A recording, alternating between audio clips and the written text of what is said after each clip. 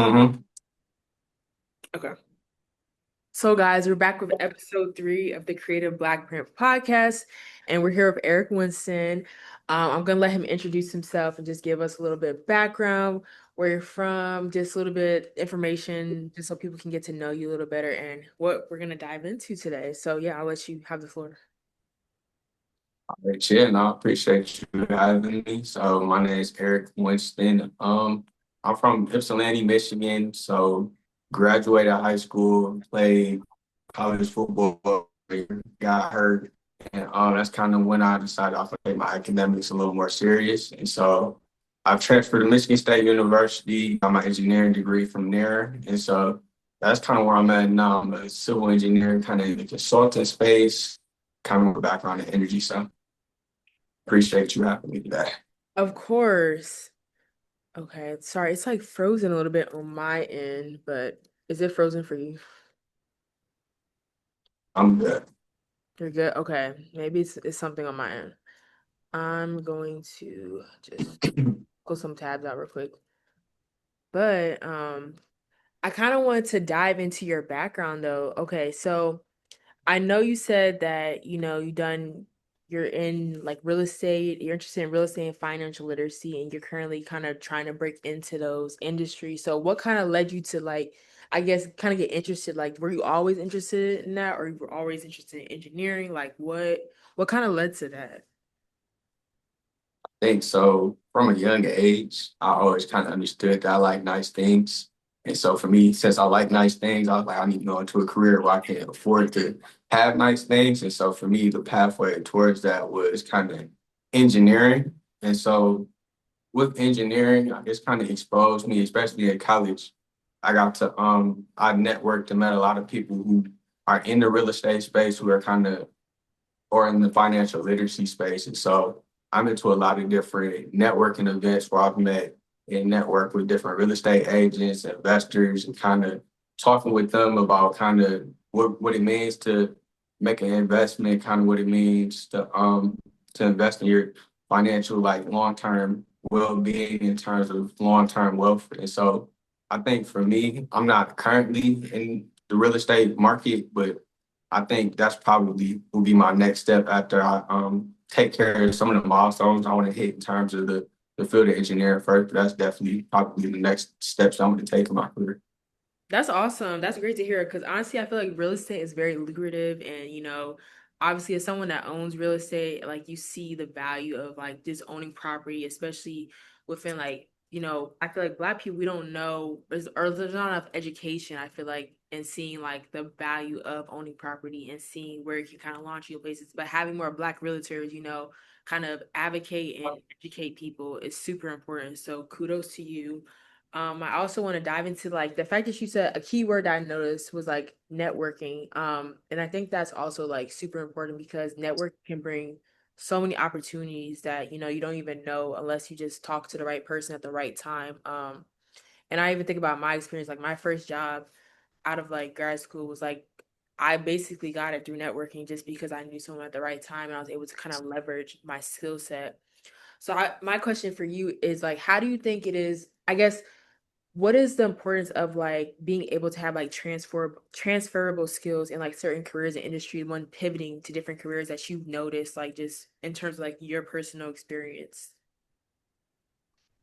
I think probably the most important thing is just having a drive and kind of having a plan. I think having a plan and having the motivation to kind of carry out the different steps it takes to get to that end goal is probably like I would say that's quintessential. I think you kind of touched on it. Like your network is so important. Like a lot of people will tell you your network is your network. And so for me, especially out in college Mhm. and moving to a different city, I think one of the most important things is just talking to people in the field in which you kind of want to get involved. And so for me, especially with different real estate events, there are other various like networking events. One of the things that I try to really make sure that I do is stay in contact with a lot of the people that I do come across throughout these different events. Like I keep a list Mhm. literally of like every single person I come across in terms of their profession, how I met them, and I'll like periodically reach out to those people over time because I'm not really, you don't want to just build relationships that are solely based on your own like financial gain or just because you want something for somebody. Like, I really want to foster like long lasting relationships and build relationships with people because that's what's going to help you ultimately be successful in life. And so I think just periodically over time, kind of just Mhm. reaching out to people and kind of building a genuine kind of bonding relationship, it goes a long way. Yeah, no, that's so important. I definitely I'm aligned with that and totally just love the fact that you touched on that, like the fostering of relationships. And I think the biggest thing is especially like in our 20s, like right now, that is like pivotal. Like this is the time where we need to be like establishing those relationships because the people you come in contact with will, maybe launch you to your next career like 30 years down the line because you stayed in contact with them as like a 24, 25-year-old. So I definitely want to like just give kudos to you and amplify that message for anyone out there that's like trying to pivot careers. Like make sure to network because you never know like your next like opportunity where it's gonna be. And just diving into like the next topic. So I guess I know you talked about just kind of looking at just your background, like just so I know like with your upbringing, like can you kind of share like just like some key like pivotal moments of your upbringing or like just moments that you feel like kind of shaped you to the person that you are today? Because I know you have this drive that you're talking about networking and fostering these relationships, and it's obvious to see that you definitely have like a path that you're headed on and you're very like intentional. So does that tie into your upbringing in any sort, or just like has that been just like your personality in general? Yeah, I think for me, so just personally, like I'm a really to myself and kind of a quiet person, I would say, to begin with. And so I'm from a small town. I'm from a really small city called Ypsilanti, Michigan. It's right next to Ann Arbor. And so I think a lot of what kind of plays into my upbringing, bringing and kind of understanding where I came from is kind of just that kind of understanding where I came from. So my grandparents, my granddad and my grandma, they grew up in Alabama. And so my granddad, he worked in security in the 60s. And, that's kind of not necessarily the heart of the civil rights movement, but it's just following that. And so I understand I heard stories growing up kind of what my grandparents went through or kind of some of the things they had to deal with being in that era. And so for me, one of the things that's really important, and we kind of touched on this already, is like making sacrifices. And so I think it's really important to understand kind of why and how you got to be where you are today. Because for me, I understand the type of sacrifices that the people before me had to make in order for me to be blessed enough to be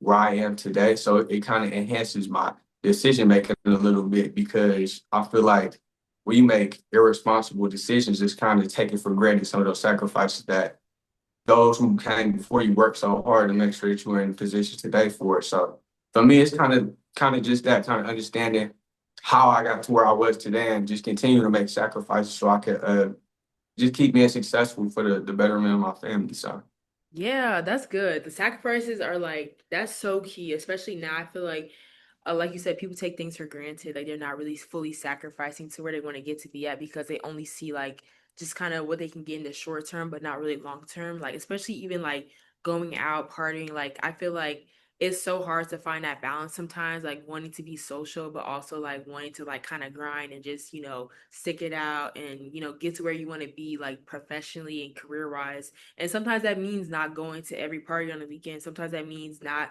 like just being all in the mix. And that's something like I'm even trying to like find balance because not gonna lie, and I'm sure you get this because we're both Libras. We like to be social and go out and stuff. But sometimes you gotta find that balance, like you can't do that all the time. You gotta lock in and just kind of grind for like the next few months or next year, just to see where you land. So that sacrifice is definitely important for sure. Yeah, and then I know also you talked about just I'm looking at your form and everything, this with imposter syndrome, and I feel like that's definitely something like just people in their 20s are dealing in like in general like imposter syndrome, like feeling like you're not enough, like even when you perfectly are capable of like being something. Can you kind of touch on that, like just your experience with imposter syndrome or like how you feel like you've overcome it, or just kind of like touching on that topic because that's so real that like we're all kind of dealing with. yeah, I think with imposter syndrome, so coming right out of college, especially as a black male or minority in STEM, is something that I definitely struggle with immediately after graduation. And so for me, one of the things that help, because like I said, I like to talk to people who have maybe had the experiences that I may be going through right now because they have knowledge and how to navigate certain situations. And something that's really helpful that somebody told me is it's not necessarily always imposter syndrome, but sometimes it's imposter treatment. And Yeah. so we all come from different backgrounds. We may not necessarily look alike. We have different paths as how we got to where we're at. And so sometimes people don't intentionally treat you a certain type of way because of where you come from, but it's something that's very real and something that I definitely am still struggling with today. But I think, especially in corporate, one of the best ways to kind of overcome those feelings of imposter syndrome is just doing the best that you can do in everything that you're asked to do. So like just making sure everything that leaves your desk or whatever type of work you're in is the best quality in terms of whatever you can produce, because I think there's a certain level of confidence that comes with producing good work as well. And then also, like I said, touching on kind of reaching out to people who may have been through similar circumstances in the past, I think that's very helpful to kind of get their insight. And then something that was kind of funny to me that I didn't really believe in before I kind of started reading books and kind of doing more research on like mental health and kind of things of that nature was I'm really big on affirmations. So for me, I had read a book. I can't remember the name of the book right now, but there's a couple affirmations they say if you just write this down, stick it on your mirror, and you say it to yourself every single day, it'll just change your perspective on life. And so Yeah. I tried it just because it was something I was struggling with, and it really it honestly helped me as silly as it sounds. So like I take it on the mirror, read it to myself in the morning, and it's a mental thing where it kind of just it trains your mind to think a certain type of way in terms of being grateful for whatever you have for the day, and it kind of just keeps you grounded. So those are kind of some of the things that kind of help me kind of navigate feeling like an imposter in some sense of it. Yeah, no, and that's crazy you said about the mirror thing because I do that too actually. I put affirmations on my mirror as well, and like especially if like times where I feel like I need it, like I just need to kind of boost myself up. And that Mhm. does work wonders. Like you said, it is a mental thing for sure. Like it's subconsciously like you're reprogramming your thoughts and kind of tapping into like your subconscious mind even without realizing it. Like you're just even though you're repeating things, you really start to believe it. Like truly. So, no, that's a great thing. So, definitely recommending to everyone put affirmations on your mirror and speak positively to yourself because you will definitely see changes. And I like the fact that you also kind of going back to the mental health thing. Like, I feel like especially for men, like mental health is definitely I think the stigma of like talking about mental health is so real, especially like for black men, like even just talking about things you're going through. I think a lot of times it's like kind of swept under the rug and it's just now kind of getting open that door. Like people are kind of just talking about it a little bit more, especially like men's mental health awareness month, like just kind of acknowledging that people are mentally like just kind of struggling or going through things that they may not want to talk about, but we're kind of opening that door. Have you like ever like just I guess like how do you find that balance, like, maintain your mental health and wellness and also like even encouraging, like, do you encourage your friends around you to just maintain your mental health or like is it a more so just like internal thing? Like what is your kind of viewpoint on that? It's something that I'm still definitely kind of like struggling with in terms of like trying to find a balance between having a healthy drive towards trying to accomplish your goals and not burning out in the process of doing that. So I think everybody's different in kind of understanding what they can and cannot push themselves to. And so I think it's kind of a as you go through the processes of kind of focusing on your goals and kind of going through your day to day, kind of just knowing when you need to take a step back to kind of take care of yourself, whether that's writing out how you feel throughout the day or whether that's just talking to somebody who you feel is a good listening ear. I think it's really important to kind of identify when you're kind of on the brink of burnout because if not, like once you hit that point, it could be weeks, it could be months in which like you throwing yourself off of your goals because you didn't necessarily take care of yourself. Like nothing is really in terms of your goals and things you want to accomplish. None of those things are worth sacrificing your own mental health and well being for. So I think it's just really important that you take care of yourself along the way and kind of identify kind of what the limits that you can kind of push yourself to and what the extent of that is. Yeah, I feel like that's so true, especially the limits. Like people will, get to the brink of like their mental capacity and then like really crash out or even just burn out and like not realize it. Like even my last job um I was in consulting, and if you know, consulting is like super super intense, long work hours. Like sometimes we work until 9 p.m. like on projects for like clients, and this is like a high pressure, high stakes environment. And sometimes they would just expect you to just like, kind of thug it out, just do your thing, just submit the work, submit the task, the client comes first. But little do they know, it's like people are literally burning themselves out just to like stay up to date with that pressure and like that satisfaction of knowing they're contributing to like, the corporation. But I remember like at the time I was on like a really big project and I literally started getting migraines. Like it started to affect my physical health. And I remember I didn't think like too much about it. I thought I was just having migraines. But then when I went into my new role, the migraines stopped and I wasn't getting like sick and stuff. And it's crazy how your body can physically and mentally be so stressed out and so burnt out that it just starts to react like that. And that's why I feel like it's so important to like really have outlets where, you're doing things to kind of balance that, mental stress, mental pressure, like even working out or like just doing things to decompress. Like, and I think a lot of times, like even America, like the societal pressure of America is like we just work, work, work, work, work, like no decompressing. And I think that's so toxic and just is this kind of messed up because other countries aren't necessarily like that. So I definitely feel like that's true, kind of what you're saying about that extent of like burning out and like finding ways to kind of find that balance. So that's good to hear. You know, for sure. And just even building on that, I feel like Mhm. social media has a lot to do with that as well. I think a lot of people kind of compare where they're at in life with other people, and that can set you back and kind of set your mindset back as well too. Is just trying to compare where you're at compared to where somebody else is at, even though your paths may look completely differently. I think that's why it's also important to kind of detox and kind of take breaks from social media and take time to kind of really focus on yourself. I think, like you said, in society, we a lot of the time we kind of tie our work to kind of what our financial status is, and that's not necessarily the case. It's people that have millions of dollars, but they hate their lives. But it's also people that have just enough to be able to put food on the table every single day, and they're beyond happy and content with where they are in life. And so I think it's really important to not try to compare yourself to where other people are in life, because I think all of our paths look different,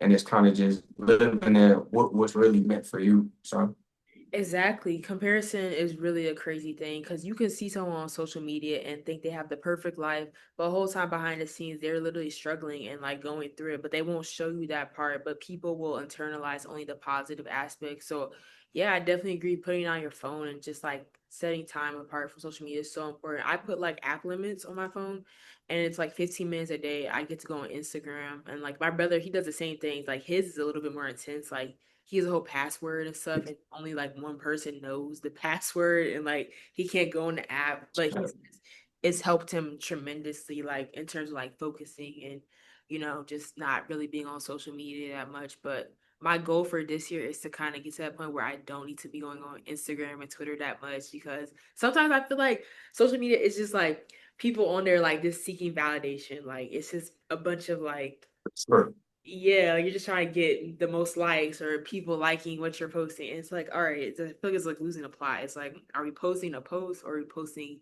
to appeal to other people? So I get that. Like breaks are important. Yeah, you got to for sure. And then I also want to talk about, just because I know I think we have like 10 minutes left in the podcast and things, but I want to talk about some of your fun facts. So you said you played football your freshman year of college and you didn't know your first name up until middle school. Can you kind of expand on that? That's so interesting.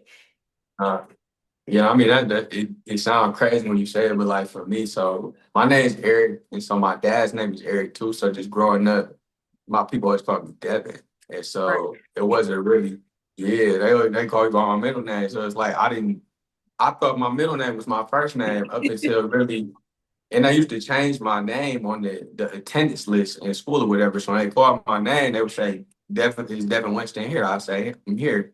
And so it really wasn't until I think it was sometime in middle school for real. I guess they ain't update the attendance list or something like that. So they said Eric Winston. I'm like, oh, you mean Devin? They Mhm. was like, no, Eric Winston. So I'm like, okay, here, whatever. So I went home. I talked to my people, like, yeah, no, they called me my middle name, whatever it's what. Like, dude, no, that's your first name. But like, I would have never known until they said what they said on the attendance. So it's just, I don't know. I thought my name was Devin. I mean, a lot of people know me as Devin, a lot of people know me as Eric. So it's just funny how that works. Yeah, no, because I know you as Devin. That's how I always called you, even like growing up. But that's funny. I did not, when you put that there, I was like, yo, that's mad funny. Like, you have to talk about that. So it's about gratitude. So do you like tend to like, do you have like a mantra you say like every day about gratitude? Or is it just like you express gratitude when you can? Or it's like, what does gratitude like in your life look like? For me, so something I was really, I think, helpful that I learned in college, my freshman year or whatever. So when I was still playing football, I had a one of my college coaches, one of the things he used to make us do was plan out our day like by the hour every single day. So we would know at 9 o'clock you eating breakfast, at 10 you got workouts, at 11 you get study on. So it was just really every minute of your day was really planned out. But at the end of that list, we would make us kind of write out three things we're thankful for um going into that day or at the end of it. Because usually you can write the list before you go to sleep, so you have an idea what you're going to do the next day. So at the end of the list, you write three things that you're grateful for, and it kind of like we were talking about earlier, it kind of wires your brain to think a certain way and kind of be Right. grateful for what you have, and kind of it forces you to think about what you are grateful for. So those are kind of some of the things that I do in terms of just making sure that I am thanking God and thanking being thankful for the things that I do have and not being so focused on necessarily what I don't. So Yeah, that's good. And I feel like gratitude is like something I'm also trying to work on as well. Like just being present in the moment, being grateful for what like the situations I'm in. Like, cause you never know, like just how like life is like gonna play out for you. Cause you never know, like you might be like just so successful like 6 months later from now. You don't know like what can really happen. But I think expressing gratitude and like just being present in the moment is so important and just kind of reframes everything and adds that perspective that like I feel like most people don't really do because we're typically always complaining or like where we need to be next, or we're not doing enough. And it's like having gratitude is just so important. So yeah. Well, I want to thank you so much for coming on to this episode. I feel like you dived so deep in so many different topics that I want to talk about, especially the mental health and well-being, and also just kind of being able to navigate your career and like stressing the importance of networking. I think those are like three topics that are just so important and crucial that I want to really dive into this podcast. And I know within the next few, months, we're gonna have actually a series about mental health and well-being. So this is a great like intro into that topic and kind of diving deep into that. So thank you so much for just being on the show, and I wish you all the success. yeah, no, I appreciate it. I'm like one day I'm like, I appreciate you making this podcast to begin with. I think you made it trying to spotlight young minds and kind of what we have going on. But one day you gotta let me go ahead and come back and flip the interview on you so we gotta Oh, talk about some of the things that you got going on. Yeah, for yeah. sure. I'm like, we talked a lot about me today, but we need to highlight you just as much as trying to highlight everybody else. So Oh, thank you. yeah, Of hopefully one day we can flip the script and kind of get in some of like what your story is and kind of what you got going on because you're out here working just like Oh, everybody else. yeah. So No, I'm so down. Like I'm definitely down. That would be so fun.